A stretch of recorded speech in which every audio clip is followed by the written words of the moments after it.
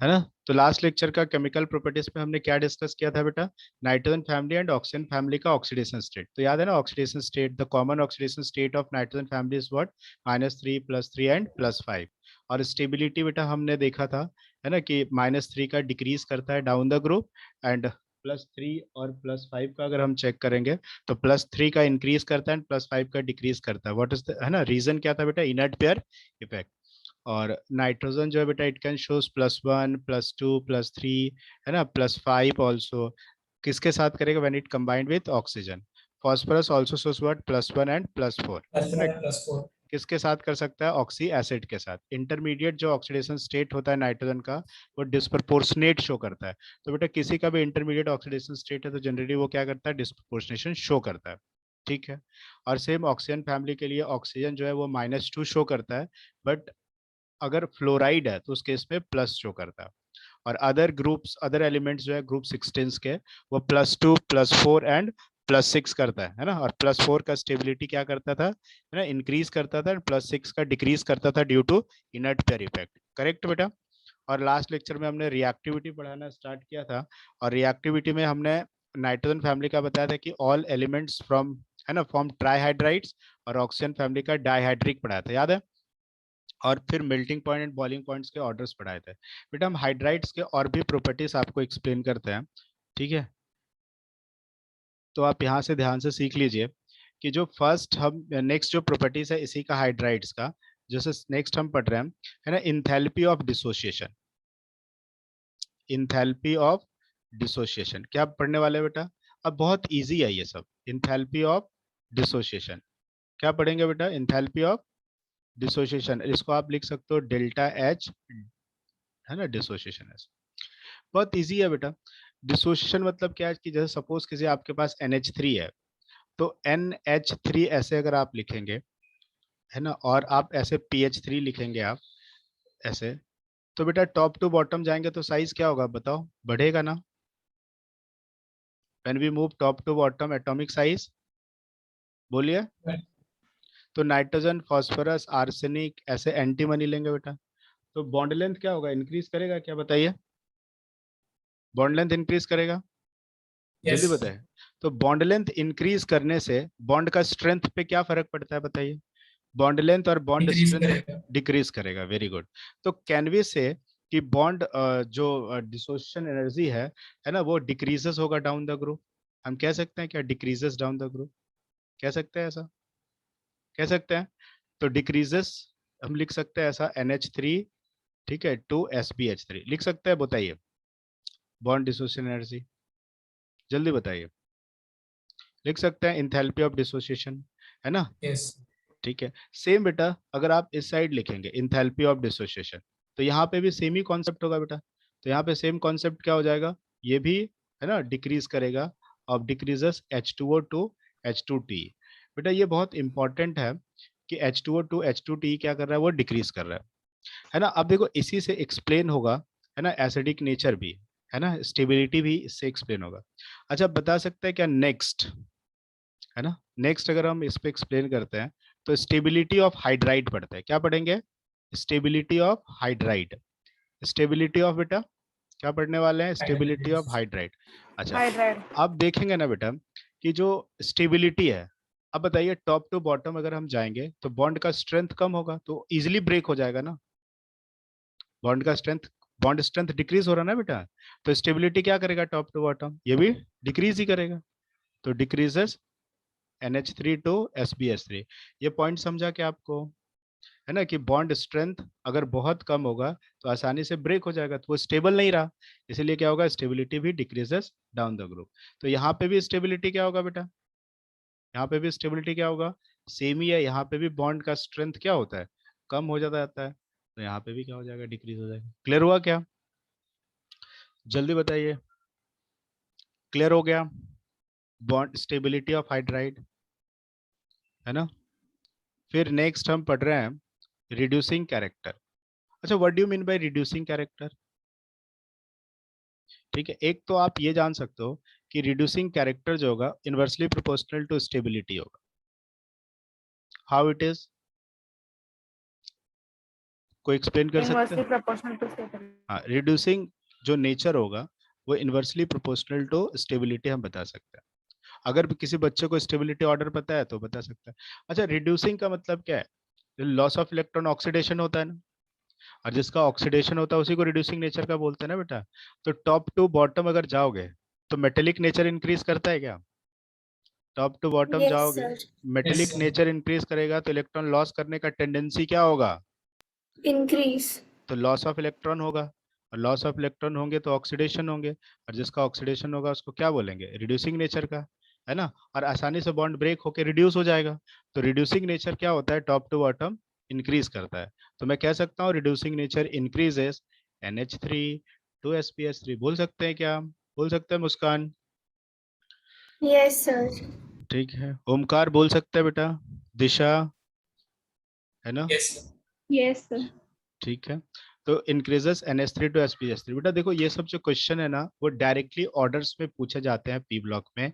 आपको बोल देंगे क्या? Arrange increasing order of stability of hydride, arrange increasing order of reducing character of hydride, है ना। या तो आपको स्टेबिलिटी ऑफ हाइड्राइड देंगे, उसके सामने वो क्या करेंगे? ऑर्डर लिखेंगे, और रिड्यूसिंग कैरेक्टर उसका ऑर्डर लिखेंगे वो।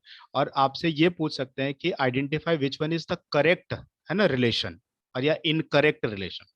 तो हाइड्राइड का, रिड्यूसिंग कैरेक्टर का, आपको इंथैल्पी ऑफ डिसोसिएशन का, मेल्टिंग पॉइंट का, या तो match of the following type का दे देंगे आपको, कि किसका ऑर्डर करेक्ट है, किसके साथ मैच कर सकता है। समझ रहे हो पॉइंट? तो यहाँ पे जो रिड्यूसिंग कैरेक्टर है इस केस में भी बेटा क्या होगा? यहाँ पे इंक्रीज कर रहा है तो सेम ही कॉन्सेप्ट यहाँ पे भी लग जाएगा बेटा, इंक्रीजेस। ठीक है, H2S2, समझ रहे हो पॉइंट? ये H2S2 H2T, क्लियर है पॉइंट? पॉइंट क्लियर है? हाँ सर। ठीक है, वेरी गुड। अब देखिए बेटा, नेक्स्ट अगर हम पढ़ते हैं तो फिर क्या होता है? बेसिक स्ट्रेंथ पढ़ेंगे। अच्छा, एक्सप्लेन कर सकते हैं क्या basic strength? Sir what do H2 का हाँ क्या सर, बताया? H2 आपने H2S से लिखा है, H2O हाँ, कहाँ गया?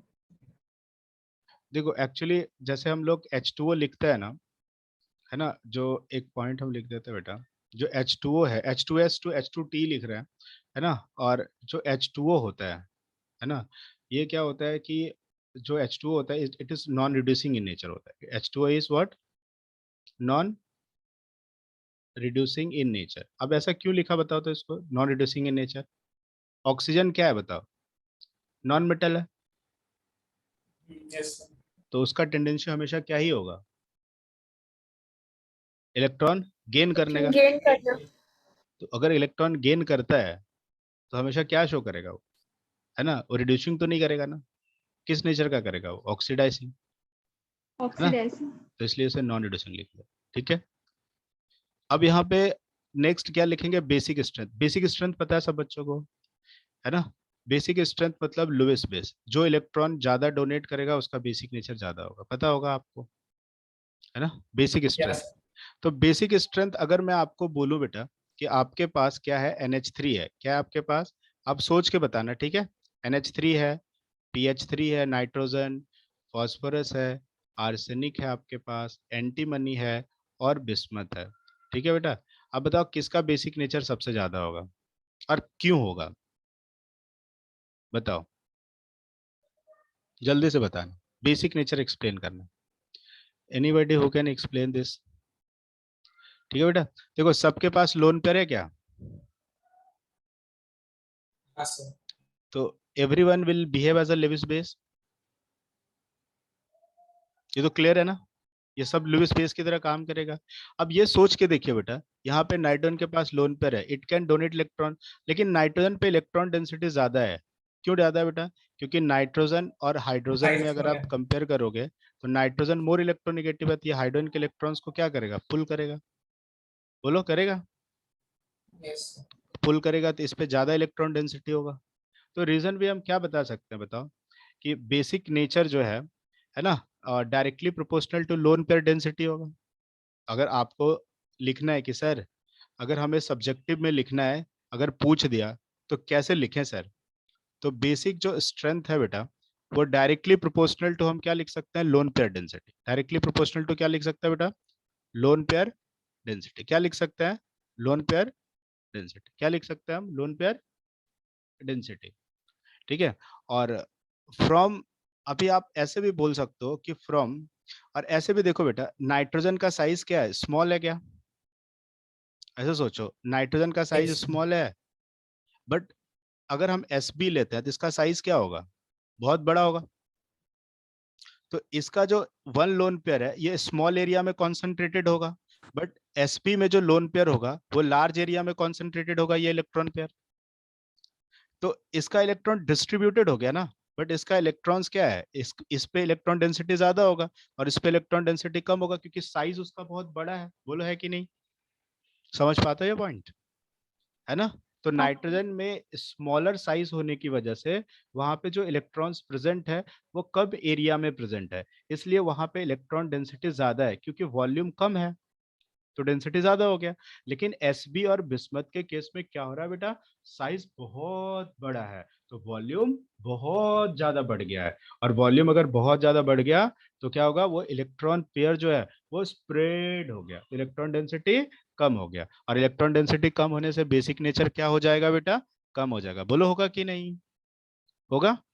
तो हम कह सकते हैं कि फ्रॉम NH3, मतलब अगर लिखना है इसका, है ना, रिजल्ट में क्या लिख सकते हैं कि फ्रॉम NH3, है ना, NH3 to SpH3, NH3 to SpH3, as size increases बेटा, as size what increases, size क्या कर रहा है बेटा?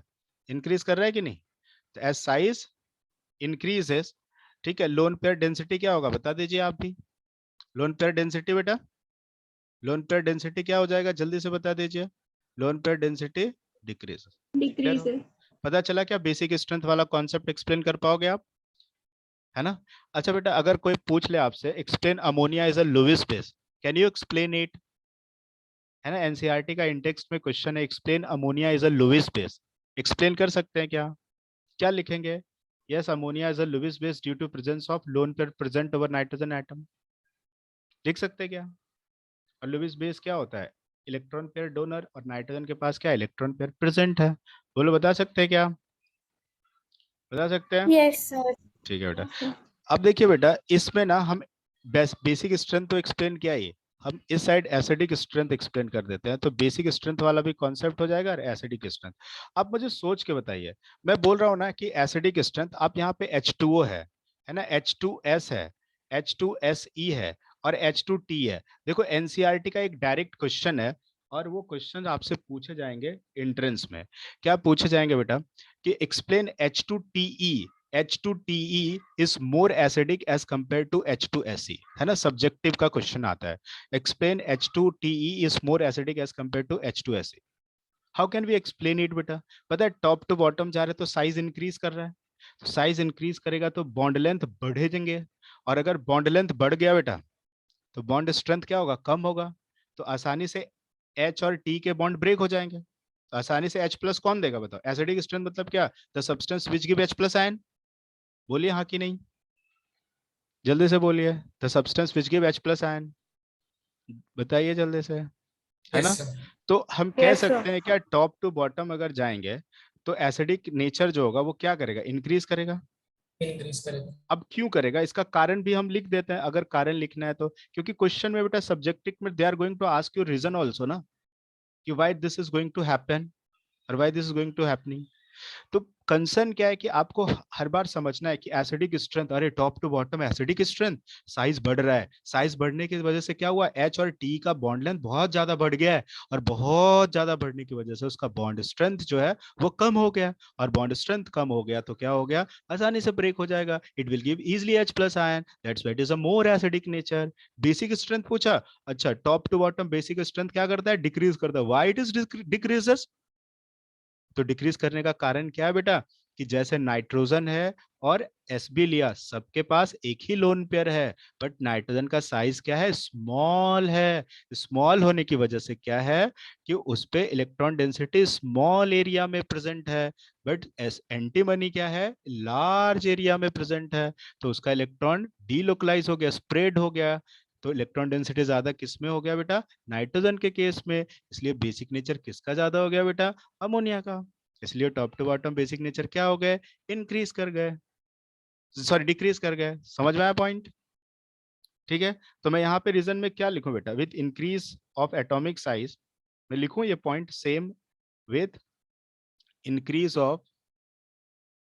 Of atomic size, increase of atomic size, है ना, बॉन्ड स्ट्रेंथ क्या होगा बेटा, बॉन्ड स्ट्रेंथ जो EH है वो क्या होगा बताइए, डिक्रीजेस, डिक्रीज हो जाएगा ना, जो EH बॉन्ड है, बोलिए कि नहीं, क्लियर है? जल्दी बताइए, लिख सकते हैं क्या? हाँ सर। कोई डाउट, थोड़ा भी डाउट कि हाँ सर कैसे हुआ, basic strength, acidic strength, bond dissociation energy, reducing character, stability, सब पता चला क्या आपको? बोलिए। हाँ सर। हाँ सर। ठीक है, वेरी गुड। अब बेटा देखो, ये जो हमने अभी पढ़ा, इस पे हमने क्या पढ़ा कि अभी हम पढ़ रहे थे रिएक्टिविटी टुवर्ड्स हाइड्रोजन ही। नेक्स्ट जो हम पढ़ रहे हैं reactivity towards oxygen, third point, reactivity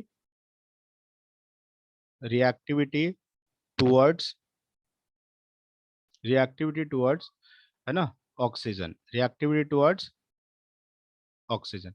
अब हम क्या कर रहे हैं, ऑक्सीजन के साथ रिएक्शन करा रहे हैं, तो जितने भी एलिमेंट्स है, ऑल एलिमेंट्स, यहाँ पे जितने भी एलिमेंट्स, ऑल एलिमेंट्स, है ना, ऑल एलिमेंट्स, है ना, फॉर्म E2O3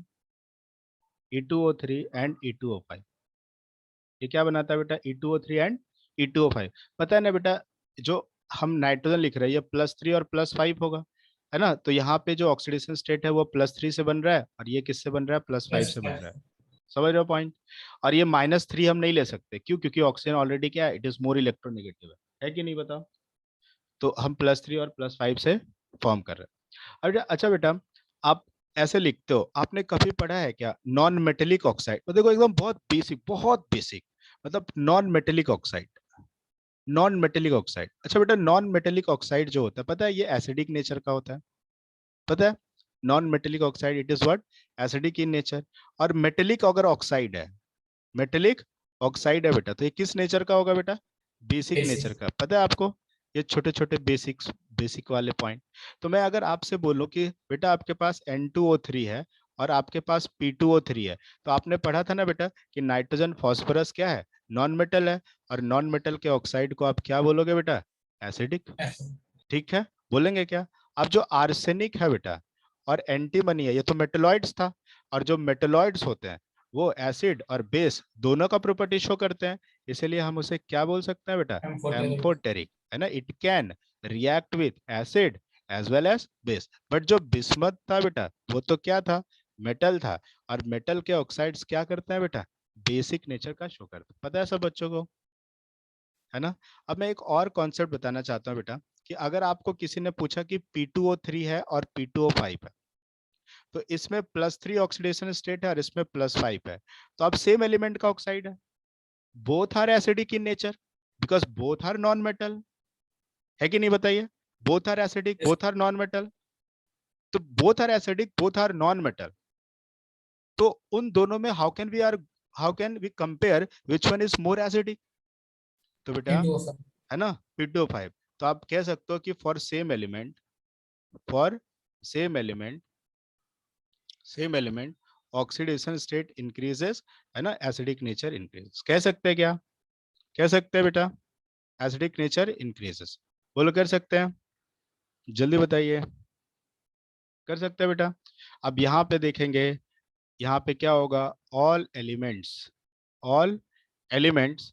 ठीक है, फॉर्म, यहाँ पे ऑल एलिमेंट्स फॉर्म्स क्या करेगा, EO2 एंड EO3। ये क्या करता है, EO2 एंड EO3 करता है।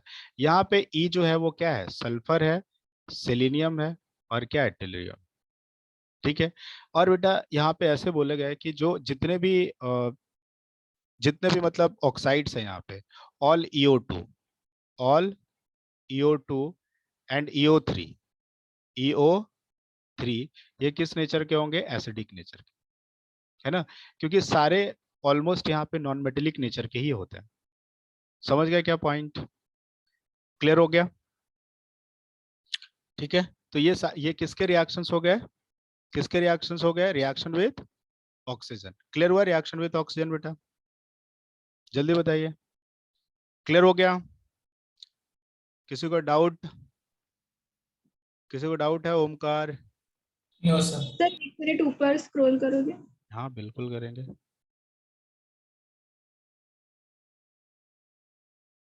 कोई पॉइंट में डाउट है? मुस्कान? No, sir.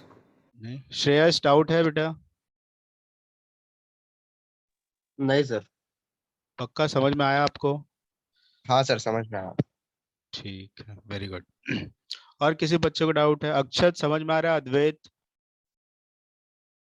हाँ सर। अर्जुन? बेटा देखो, ऐसा देखो, बर्डन टाइप का मत लेना, नहीं आएगा तो 3-4 बार बोलना, मैं 3-4 बार भी एक्सप्लेन करूंगा, ठीक है? कोई प्रॉब्लम नहीं है ना? आराम से आप बोला करो, रिलैक्स होकर पढ़ा करो। क्या सर, रिएक्टिविटी टुवर्ड्स ऑक्सीजन है तो जितने भी एलिमेंट्स है E2O3 बनाएंगे, E2O5 बनाएंगे। जो नॉन मेटेलिक ऑक्साइड है वो एसिडिक नेचर का होगा, मेटेलिक ऑक्साइड है तो बेसिक नेचर का होगा। कैसे होगा? अगर सेम एलिमेंट का ऑक्साइड है तो ऑक्सीडेशन स्टेट इंक्रीज करेगा तो एसिडिक नेचर इंक्रीज करेगा। ऐसे एक बार ना अपने मन से भी बोलिए कि अच्छा ऐसा ऐसा ऐसा सब पॉइंट है। पता है ये सब ना इनऑर्गेनिक केमिस्ट्री, मतलब अगर कोई बार बार रिवाइज करता है ना तो उसका बहुत स्ट्रांग हो जाता है, और उसको इनऑर्गेनिक केमिस्ट्री के मार्क्स कभी नहीं जाते उसके। और इसका एडवांटेजेस भी है मेंस में भी और मेडिकल में भी। एडवांटेज क्या है इसका कि जो इंजीनियरिंग वाले बच्चे हैं अगर वो फास्ट क्वेश्चन सॉल्व करेंगे तो मैथ्स में और फिजिक्स के लिए वो टाइम बचा पाएंगे। और मतलब इनऑर्गेनिक केमिस्ट्री जल्दी होता है तो मेडिकल वाले बच्चे भी क्या कर सकते हैं कि उसमें इसका टाइम बचा के वो फिजिकल केमिस्ट्री या फिजिक्स में यूज कर सकते हैं, क्योंकि उसमें तो सॉल्व करना पड़ेगा आपको। इसलिए बार बार आप पढ़ेंगे तो हो जाएगा, ठीक है? अभी से प्रैक्टिस करना पड़ेगा आपको। क्लियर हो गया ये? नेक्स्ट बेटा जो है आपका वो क्या है? Reactivity towards halogen. नेक्स्ट क्या है? Reactivity towards halogen. Reactivity towards halogen. अभी जो रिएक्टिविटी टुवर्ड्स हेलोजन है बेटा, इसमें हम क्या बोलते हैं कि all forms EX3 and EX5। ये क्या करता है बेटा? All forms EX3 and EX5। All forms EX3 and EX5। All क्या फॉर्म करता है बेटा? EX3 and EX5। पता है ना? फिर से +3 एंड +5। याद है ना क्यों फॉर्म कर रहा है ये? पता चला ना? All forms EX3 and EX5। बोलिए, बताइए बेटा। लेकिन यस सर। एक नोट पॉइंट है बेटा, आपने पढ़ा होगा कभी कि nitrogen can not form pentahalides. याद है? Yes sir. Nitrogen can not form pentahalides. Why nitrogen can not form pentahalides? D nitrogen orbital can D not orbital. Form pentahalides, pentahalides, ठीक है बेटा? Due to absence of, due to absence of D orbital. तो NCERT में पता है एक direct questions है इन text में, उन्होंने पूछा है कि nitrogen can not form pentahalide but phosphorus can form pentahalide. क्या एक्सप्लेन कर पाएंगे आप? क्या एक्सप्लेन कर पाएंगे?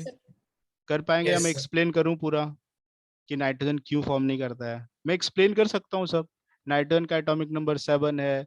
आप ग्राउंड स्टेट कॉन्फ़िगरेशन लिखेंगे, 1s2 2s2 होगा और ये 2p3 होगा। आप यहाँ से 2s2 लिखेंगे और 2p3 दिखाएंगे, है ना? ऐसा। तो इसके पास d ऑर्बिटल है ही नहीं, अब ये इसका इलेक्ट्रॉन एक्सपैंड नहीं होगा। So it can form maximum 4 bonds, 3 from covalent जो ये वाला है और एक लोन पेयर से कोऑर्डिनेट कोवलेंट बॉन्ड बना सकता है, ठीक है? बट फॉस्फोरस लोगे तो उसके पास है ना 3D भी आ जाएगा। मतलब फॉस्फोरस अगर आपने लिया यहाँ पे तो फॉस्फोरस का एटॉमिक नंबर 15 होता है। अगर ग्राउंड स्टेट कॉन्फ़िगरेशन आपने लिया तो 1s2 2s2 2p6 हो जाएगा। और फिर हम इसे 3s2 एंड क्या लिख सकते हैं बेटा? 3p, है ना? 3 लिख सकते हैं। तो 3p3 और 3d 0 है तो इसके पास थर्ड शेल है तो d है, इसलिए आप क्या कर सकते हो? d में इलेक्ट्रॉन एक्सपैंड कर सकते हो। तो due to absence of d orbital nitrogen can not form pentahalide but phosphorus can form pentahalide. समझ में आया क्या पॉइंट? आए समझ में? Yes, sir. ठीक है, अच्छे से समझ में आया कि नाइट्रोजन पेंटाहेलाइड्स क्यों नहीं बनाता है? ठीक है, तो मैं बेटा मैं ये लिंक स्टॉप कर रहा हूँ, दूसरे लिंक पे क्लिक कर लो फिर करते हैं, ठीक है? जल्दी से कर लेना।